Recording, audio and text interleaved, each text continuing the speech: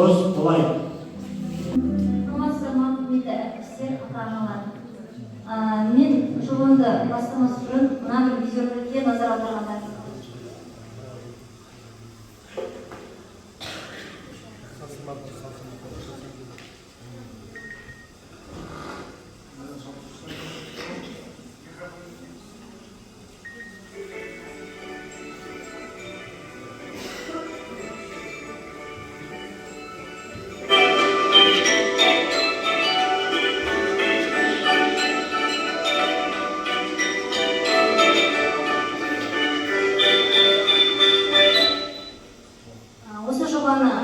өмірге әкелмес бұрын оқушылардан осындай эксперимент жасап көрген болатынмын.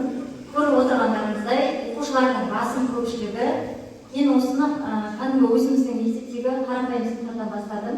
Көріп отырғандарыңыздай, оқушылардың көпшілігі қарапайым қасында тұрған қоқыс жәшігіне тастауға ерінеді. Ішінде бір-екі оқушы ғана қоқысты қоқыс жәшігіне тастады. Сонымен не айтқымыз келеді, әлемді бірге қорғайық деген мақсатта осы жобаны әкеліп отырмын. Жер бетіндегі адамзаттың табиғатқа деген зияны қарқынды өсіп келеді. Заманауи қоғамда адамзат пен табиғаттың қарым-қатынасы басты рөлде ойнайды дегенмен адамзат табиғатқа зиян келтіруге бүкіл жерді қамти бастады. Бұны атап өтетін болсақ, әлемдегі дамыған өнеркәсіптер, яғни адамзат қолынан келетін дамыған өнеркәсіптер салып жатыр. Соның салдарынан әртүрлі өнеркәсіптерден әртүрлі қоқыс қалдықтары шығып жатыр. Бұл қоқыс қалдықтары адам денсаулығына қатерлі қауіп тигізіп жатыр. Себебі адам денсаулығына түрлі жұқпалы аурулардың пайда болуы. Осының салдарынан көптеген табиғатымыз ластануда. Табиғатты ластамау мақсатында осы жобамды әкеліп отырмын. Жергілікті тұрғындар қоқысты жәшікке тастайтындай қызығушылық туғызу үшін біз автоматтандырылған ақылды қоқыс жәшігін жоба ретінде әкеліп отырмыз. Тақырыптың өзектілігі экологияны ғылыми тұрғыда зерттей отырып, экологиялық проблемаларды шешу жолдарын қарастыру. Адамдардың денсаулығы үшін ақылды қоқыс жәшігінің маңыздылығын көрсету. Зерттеу міндеті. Осы тақырыпты зерттей отырып, бұл жоба болашақта жаңа технология саласында адамға толықтай пайдасы бар деген болжамға келдік. Зерттеу жаңалығы заманауи технологияны пайдалана отырып, еліміздің дамуына өз үлесімізді қосу.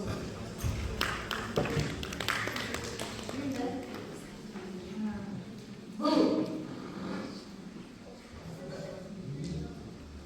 ақылды қоқыс жәшігінің кәдімгі қарапайым қоқыс жәшігінің ерекшелігі, бұл қоқыс жәшігіне қолыңды жақындатқан уақытта қоқыс жәшігі өзіне өзі ашылады. Және бір ерекшелігі, бұл қоқыс жәшігі өзіне өзі төлейді.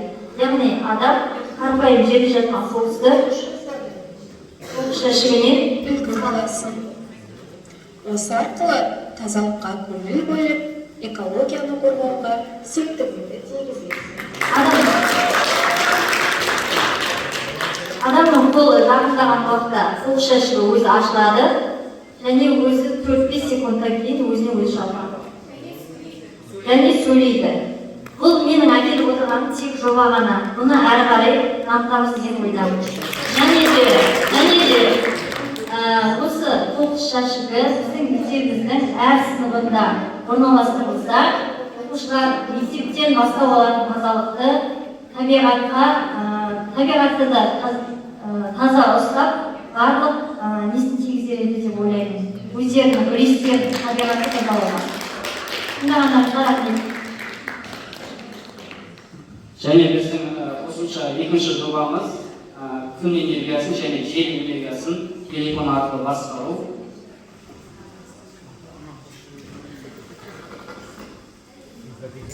Бізде 3-7 вольттық 3 батареямен осы күн энергиясы және жел энергиясын жұмыс жасайтын телефон арқылы. Және ол батарейка отырып қалған жағдайда зарядкасы бар, осы арқылы зарядтап қуаттауға болады.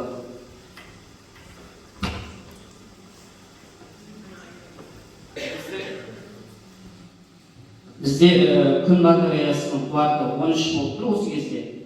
Осы кабинет жағы.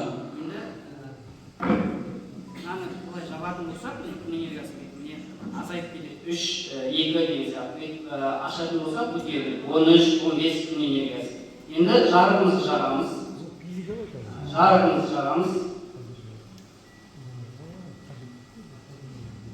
Жарық деген басқан кезде жарығымыз жанады.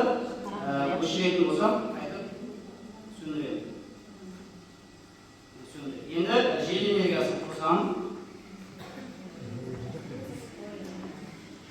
Осылай білуге болады. Және бұл жерде енді әлсіздеу айналып тұрған себебі біздің батареямыздың қуаты шығуы әлсіздеу тұр, сондықтан жай айналып тұр. Біз екінші жоба ретінде осы жобаны ұсынып отырмыз. Және бұл жобаны әлі де оқушылармен бірге ғылыми жобаға айналдырып, алдағы түрлі жарыстарға апару ойымда бар. Рахмет, назар